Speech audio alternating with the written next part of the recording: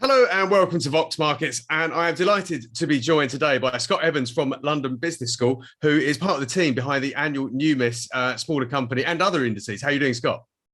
I'm doing very well, and thanks very much for the intro.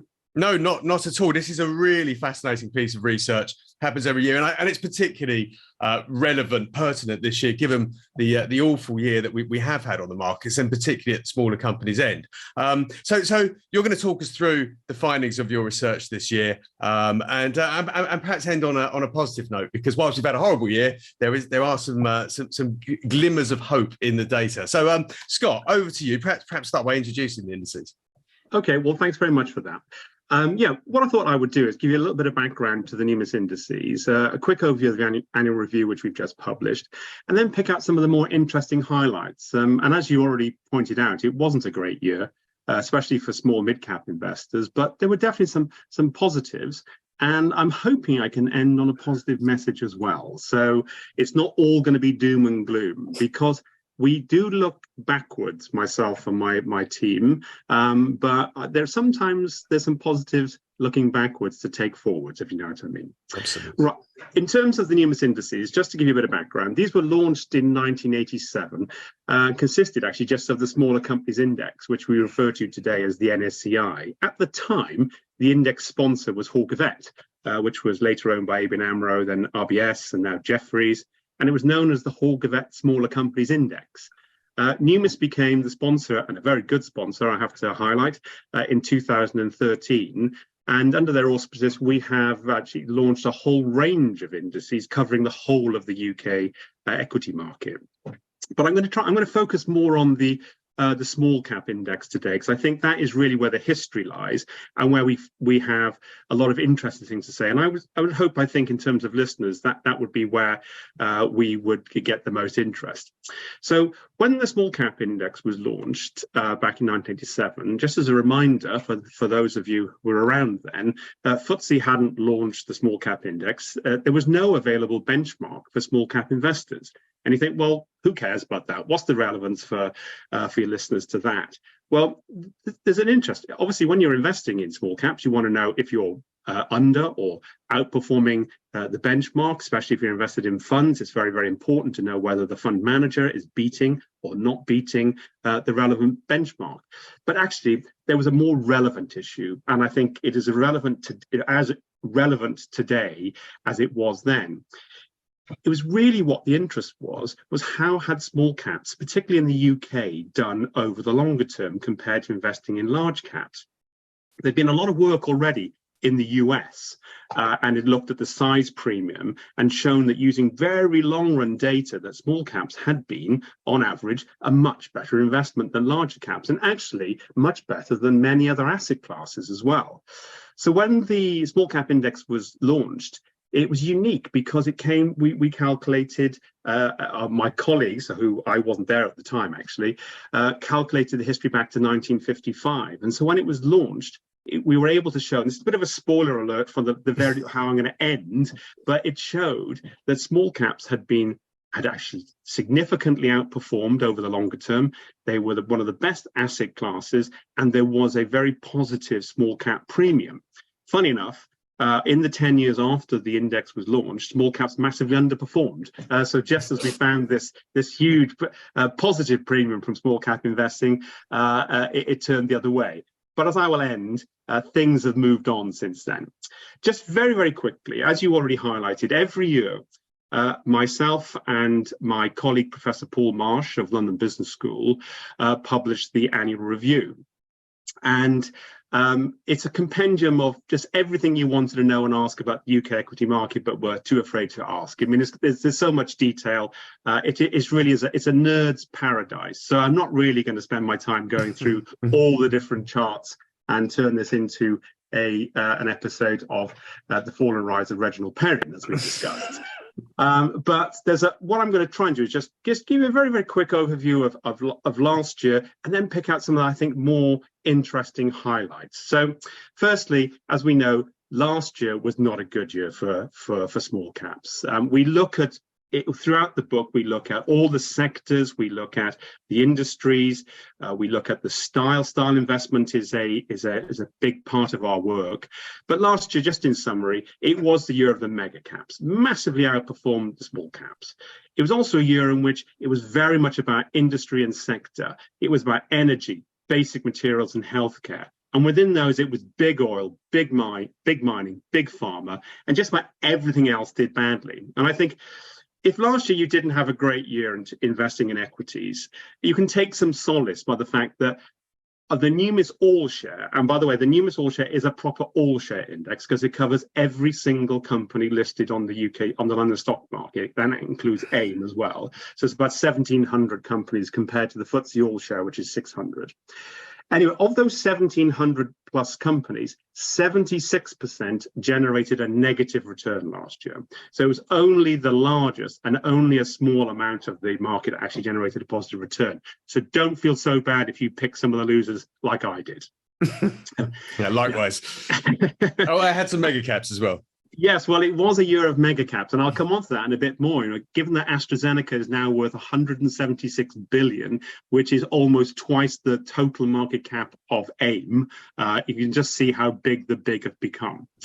So in general, it was the small companies that did the worst, because we have the NSC 1000, which is the microcaps, and the NSCI, which is the small caps, and we have the mid cap index. But it was the smaller, the worse the performance. Apart from AIM, I mean, AIM as a whole did pretty badly, but it was by far the larger companies at AIM that did the worst. They really dragged it down.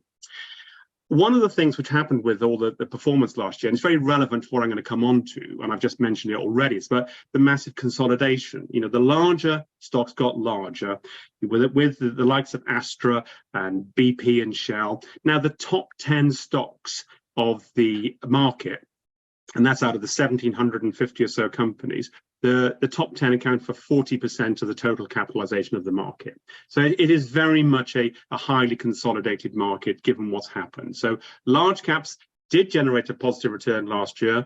The market as a whole generated a slightly negative. Small caps were huge underperformers, but that really does distort what really happened. The market as a whole did very badly. Most stocks underperformed. Negative returns from most of them. Okay, that just gives you a bit of background there. I'm just going to pick out 5 points from the annual review, which I'm hoping will add a bit of value to your life. First, I'm just going to look at the births and the deaths register, and that's the IPOs and those that are departed. Then I'm going to have a look at something which we don't normally spend much time on, and that's companies that have lost their whole value during the year. I mean, we don't like to spend too much time on it, mainly because they don't really, their value isn't that much. But last year was a little bit different. Then I want to do something a bit more positive, dividends, then factor returns, and then our favorite subject, the fallen angels. So, okay, quickly looking at the births and deaths register last year. It's something obviously we're very interested in, looking at the number of companies coming in via IPO and the number of companies going out, whether it's through, there's various routes that they can leave the market. The IPO market, we've tracked it back since 1955, and there were some 3 characteristics, I think, last year on the IPO market, which were quite interesting. Firstly, average size of company joining last year. On it, the average was 700 million, which actually seems quite big. I know that's, in terms of large caps and AstraZeneca, what have you, that's quite small. But in terms of the history, that would be quite big. But that number is very much distorted by the 30 billion demerger of Haleon from GSK. The median, which is much more relevant for us, was just 14 million. So the median company, in terms of the types of company that joined last year, were very, very small. The listing value was also quite different. Usually, and you can look at our long-term statistics, AIM is always the most popular venue for companies coming in, because most IPOs are quite small. They choose AIM. Last year, very different. The vast majority went for a main market listing, but on the standard segment.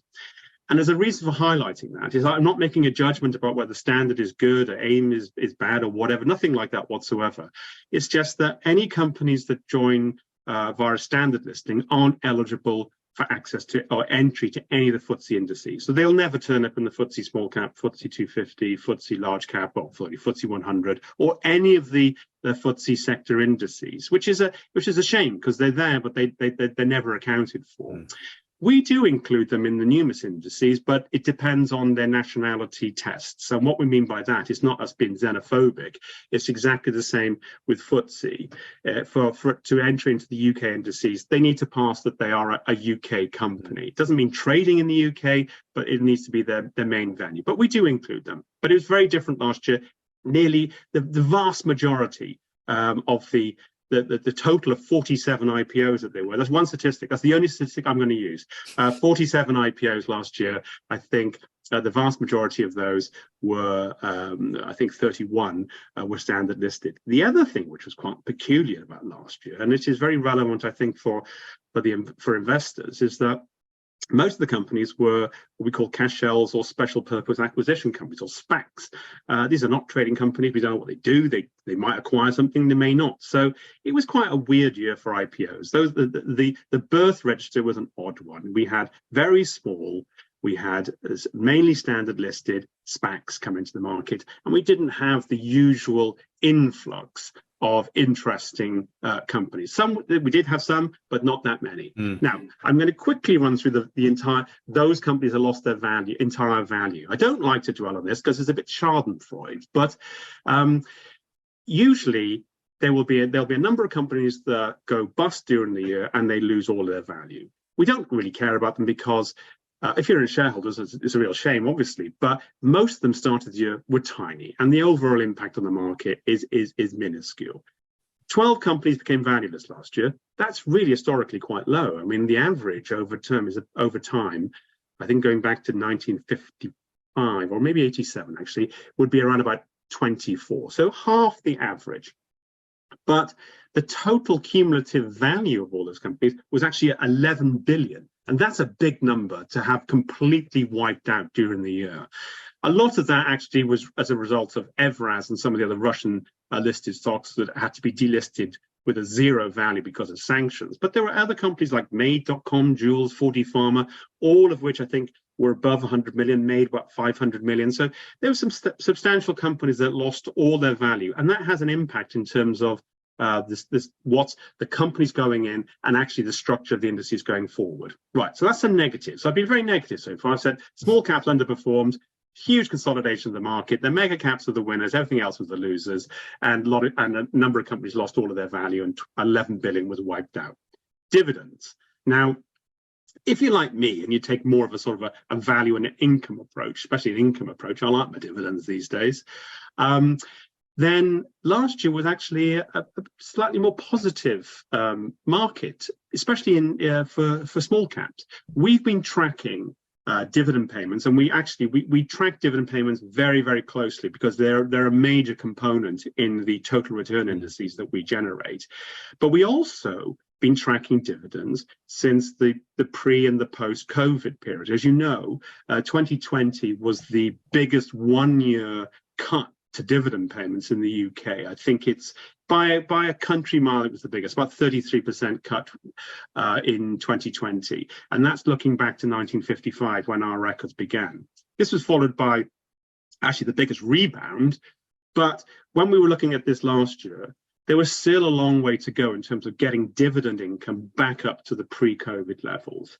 Now, last year, what we saw was small caps actually surpassed their 2019 levels. So they have got their, and that's not just the number of companies paying dividends, that is the total value of dividends paid. So small caps are back up there. They've got their dividends back being paid again above the pre-pandemic levels. Mid caps almost there. They're about 2 or 3% below.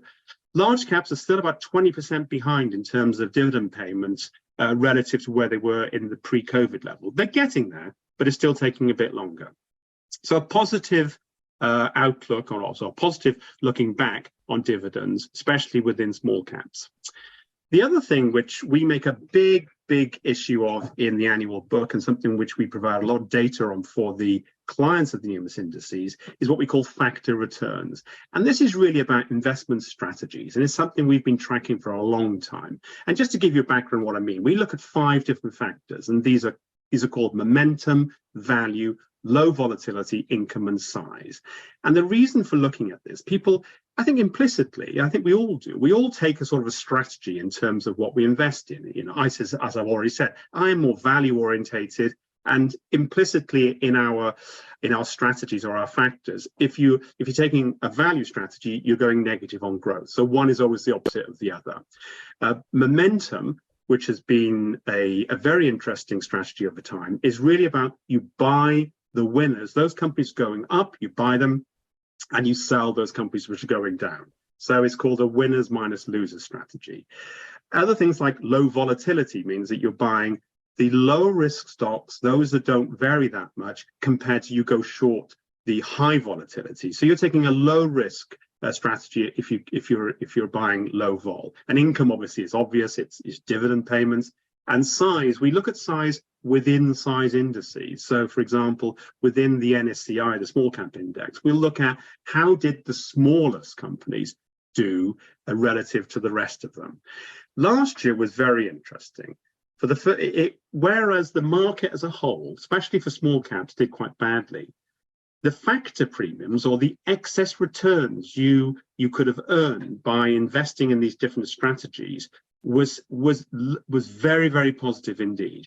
We saw particularly strong performance from momentum, value, and low volatility. In fact, of all the factor returns, of all the strategies that you could have taken last year, the only one which generated a negative return, funny enough, was size. And that was pretty obvious because the smallest, obvious looking back, not obvious looking and not at the beginning of the year, is because the small caps did particularly, the microcap did particularly badly. So it was a standout year for people taking a factor approach or a investment strategy approach within, whether it was in the small caps, large caps, or mid caps.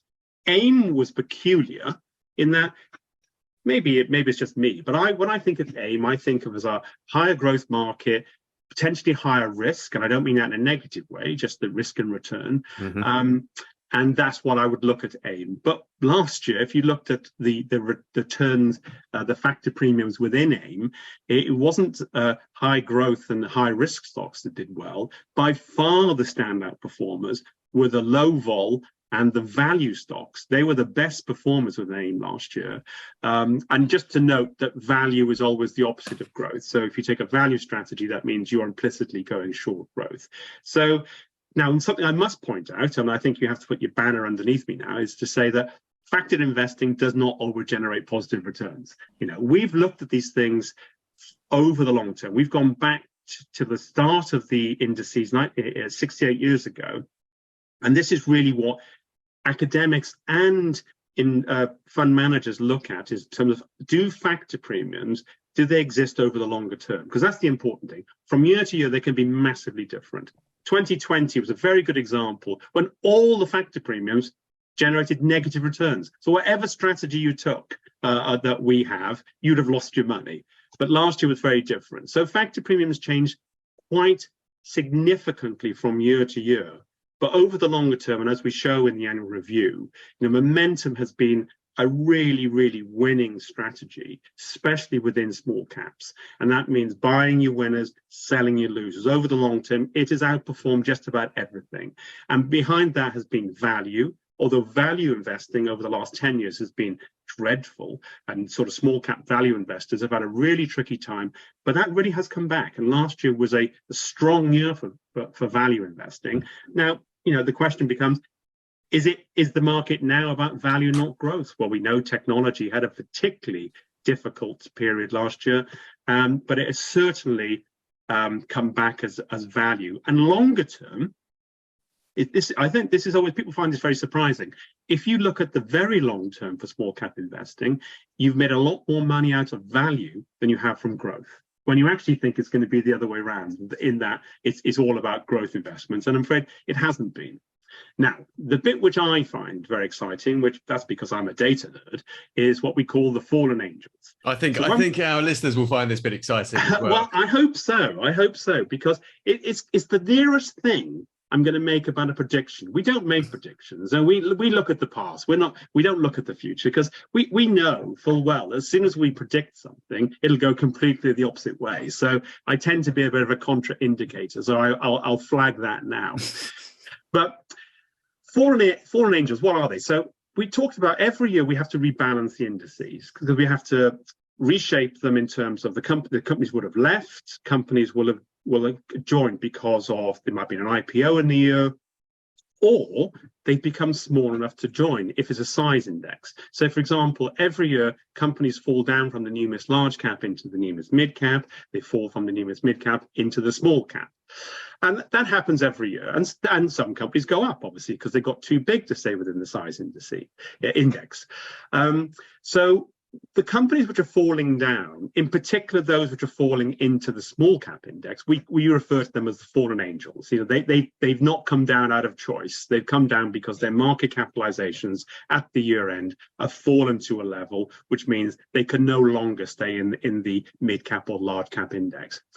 Last year was very unusual because of the consolidation which happened in the market, and because, remember, the Numis indices are quite different to, say, the FTSE indices. They're all based on percentages of the market. So the small cap index is the bottom 10% of the market. It's nothing to do with the number of companies. It's just the bottom 10%. Whereas the mid cap is the middle 20, excluding the bottom 5%. I've just lied, haven't I? I've given you more percentages and some numbers. It's Reginald Perrin.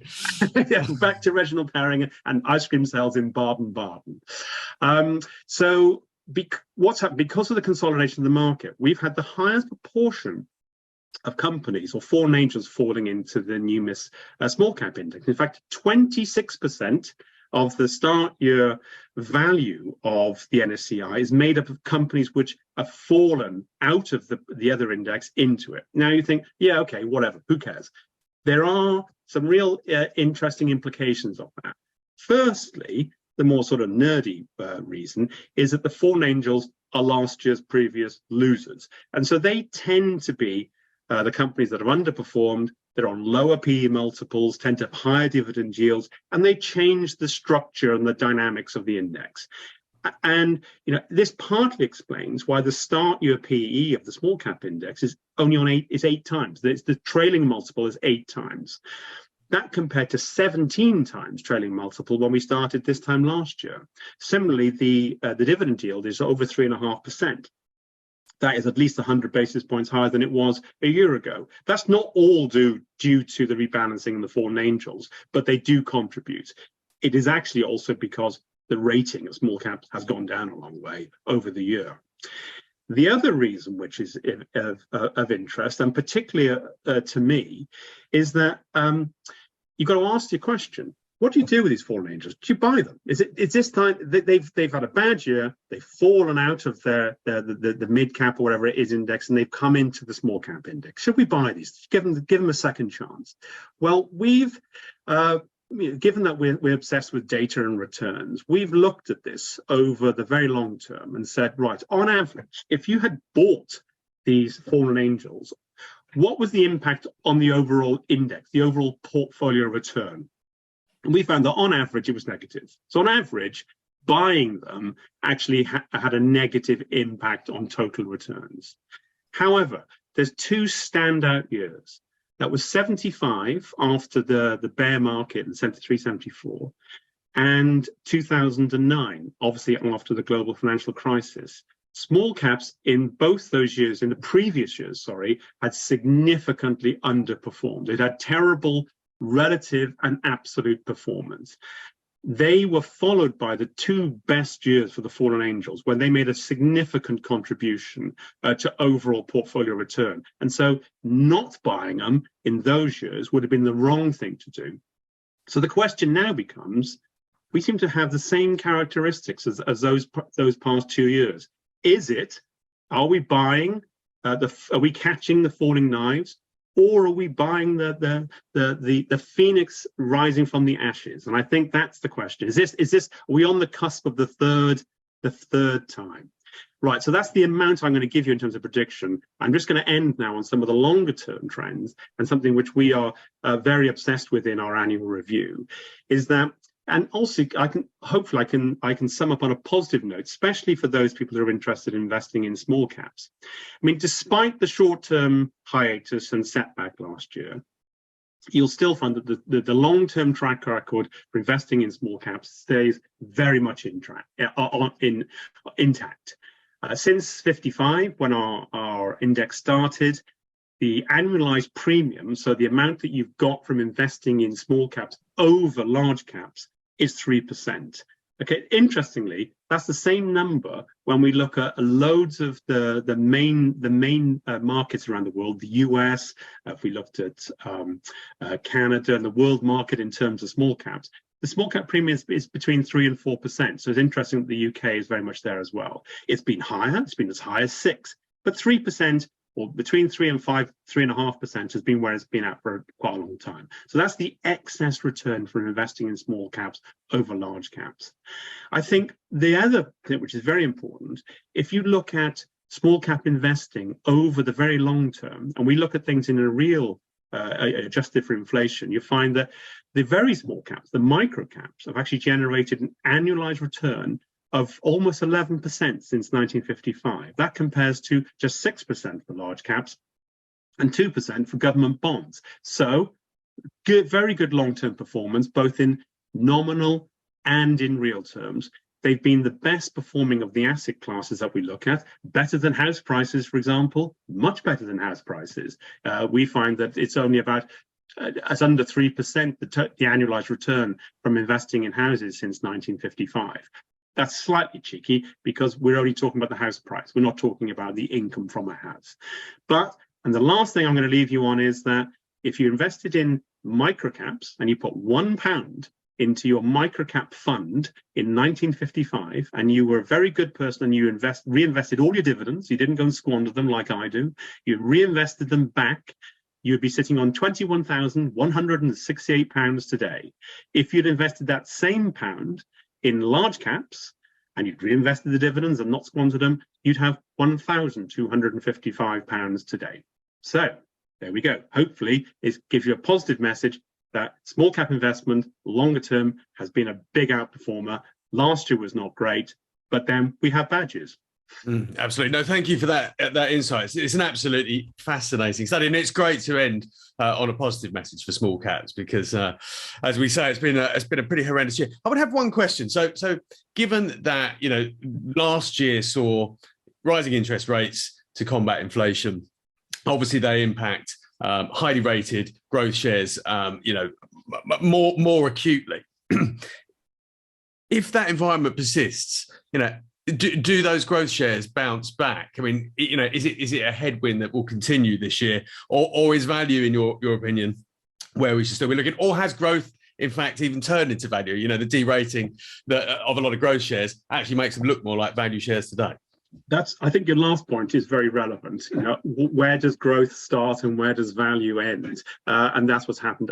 Obviously, in general, interest rates going up is never good for long duration stocks. So for growth stocks, higher interest rates is never a good thing. We've had a global increase in interest rates. The period of zero interest rates has come to an end. So that's never a good environment for growth. However, it really is about about a few years ago, we actually looked at all of the characteristics that drive performance for small cap over time in terms of the impact of recession, the impact of interest rates. And in general, an interest rate increasing environment is not good for small cap and it's not good for growth. So I think if we are going to continue to see interest rates going up, but potentially at a decreasing rate, that's never going to be a good environment. And then value is likely, on looking back over time, to continue to outperform. But what we don't know is that we could be at the point of where we've seen that inflation is starting to come down a bit. We've seen it's already falling back in the US. The US the Fed is still quite hawkish in terms of interest rates. So I don't think we're quite out of the woods yet for for growth stocks. But as you said, a lot of them already been derated. So they're not particularly very, highly valued growth stocks anymore. So I'd be a little bit more positive on that. So I think in general, the interest rate environment, if it continues to see the significant hikes in interest rates, not a good background for growth, and it'd be a better background for value. Valuation has changed quite a lot already. We've seen some of the very, very highly rated companies coming down, but it really has to be about income as well. You can have some, Microsoft, if you remember in the past, I can remember when you could buy Microsoft in 12 times earnings and get a nice dividend as well. And so Apple as well was the same. Yeah, so these things do turn from growth into value. But hopefully in a long-winded way, I'm saying that I think as interest rates continue to rise, it's a tricky environment. If we get into that peak of interest rate rising, then we could be in a much more positive environment for especially some of the blown up, derated growth stocks. And I guess in that sense, you get the best of both worlds going forward. You're getting the benefit of growth, and you can buy them at sort of value ratings. Well, one thing which is very clear from our study is that start year ratings for small caps in particular is very low. There are almost not the very lowest, but in terms of PE relatives, looking back to 55 when we started this, I think it's the third lowest in history in terms of the start year rating for small caps in general, and one of the not the highest, because I was going to say in dividend yields. The dividend yields just used to be much, much higher for small caps back in the sort of the 60s and 70s. They used to trade on much higher yields than they do now.